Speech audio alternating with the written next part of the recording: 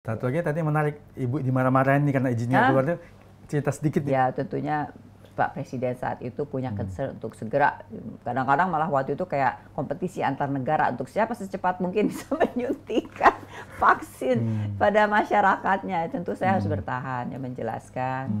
Saya dimarahin bukan hanya Bapak Presiden di dalam satu rata saja, tapi juga saya dimarahin pun juga sampai di DPR, ingat. Tapi itu bukan terkait vaksin yang akan disuntikan. Ini adalah vaksin yang lain ya, bukan vaksin dalam tanda kutip ya.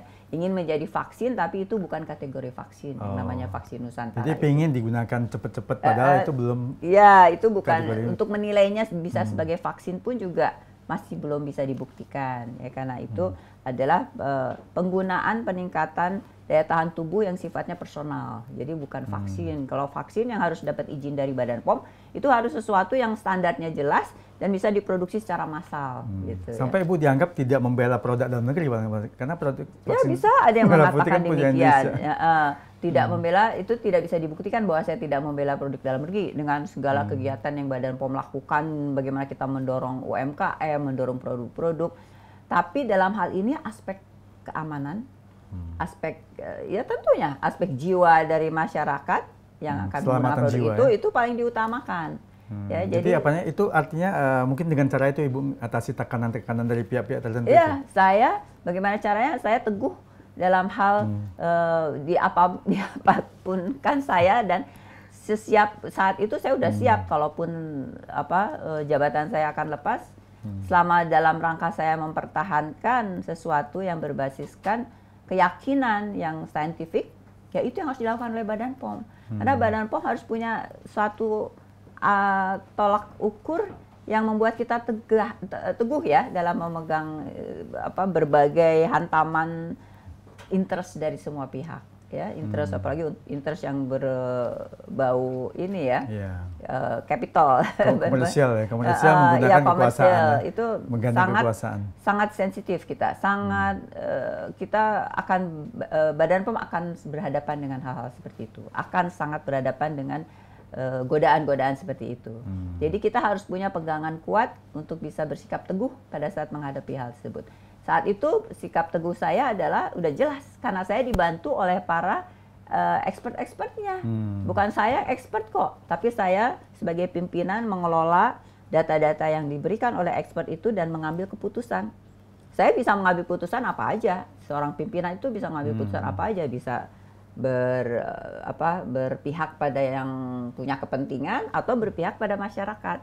Nah, itu seorang pimpinan harus punya keberanian untuk mengambil resiko bahwa dia akan mengambil langkah yang mungkin tidak populer ya oleh sekelompok orang yang elit gitu ya, dan memberikan tekanan, atau dia berpihak pada masyarakat dengan keteguhan. Jadi waktu itu Ibu memilih berpihak kepada masyarakat ya? Oh ya, berpihak pada sains, berpihak pada validitas ya, suatu produk itu akan berbahaya atau tidak pada masyarakat. Resiko saya ambil, mau waktu itu mau diberhentikan, mau dimarahin seharian sampai tengah malam, dibentak-bentak ini kan, yang maksudnya adalah menurunkan mental saya.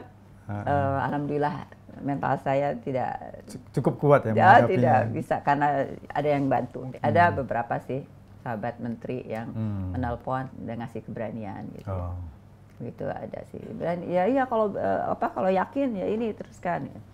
Tapi pada intinya adalah saya percaya pada para expert, saya percaya pada jajaran Badan POM bahwa kita berlaku profesional, dan saya percaya pada diri saya sendiri untuk mengambil keputusan dan mengambil resiko tersebut, dan percaya pada yang di atas, itu aja.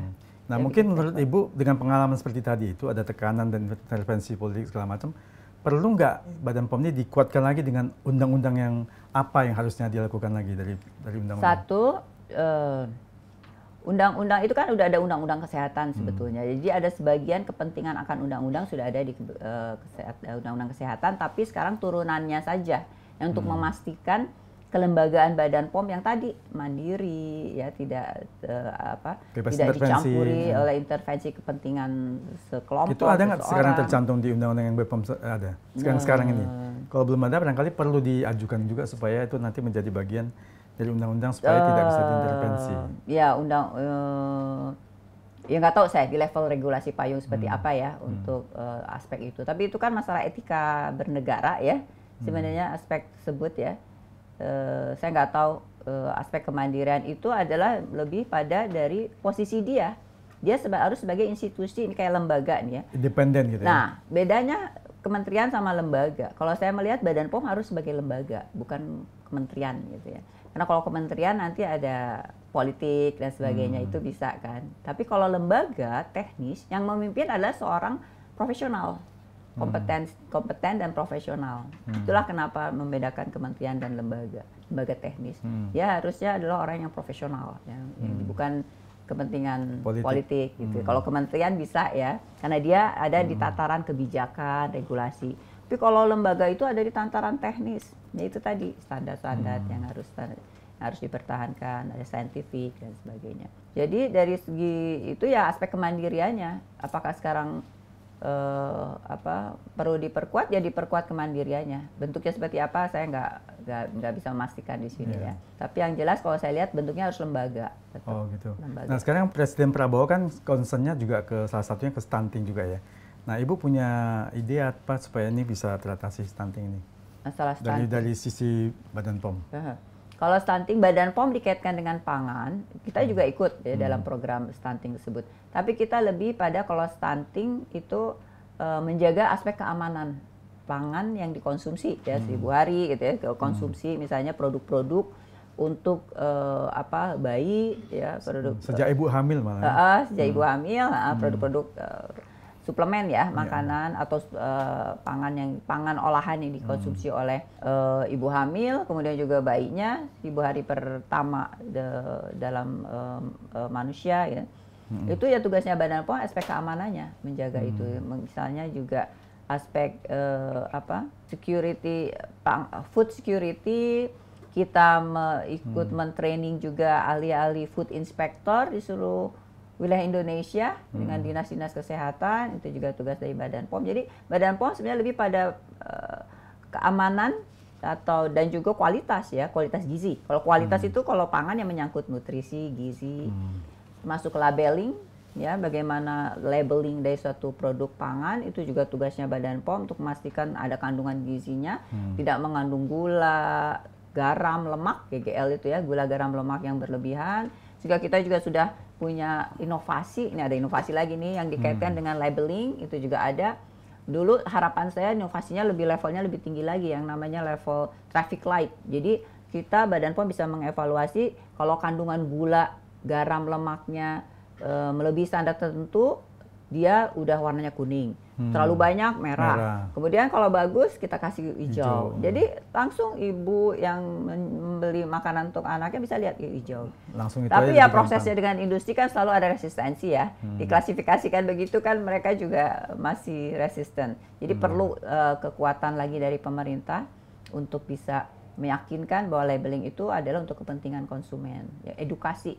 Pendidikan itu kan edukasi ya, informasi untuk edukasi pada masyarakat. Setelah itu ya tergantung si konsumen mau memilih yang mana. Tapi kita sudah memberikan mereka informasi, itu yang penting. Tanggung jawabnya Badan POM di situ memberikan informasi.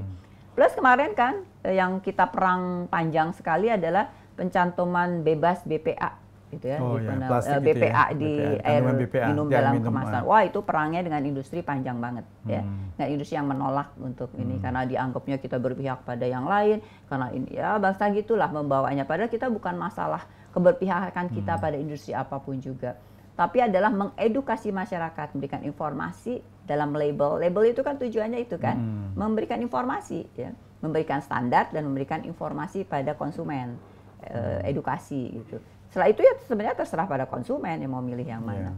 Nah, itu aja susah, tapi akhirnya alhamdulillah berhasil goals ya. Ya karena memang bahaya ya kalau BPA mengandung kandungan tertentu sering dikonsumsi, jangka panjang malah menimbulkan kanker. Betul, banyak hal, kanker, infertil dan sebagainya ya. Itu hanya salah satu issues ya, banyak lagi yang masalah yang lain.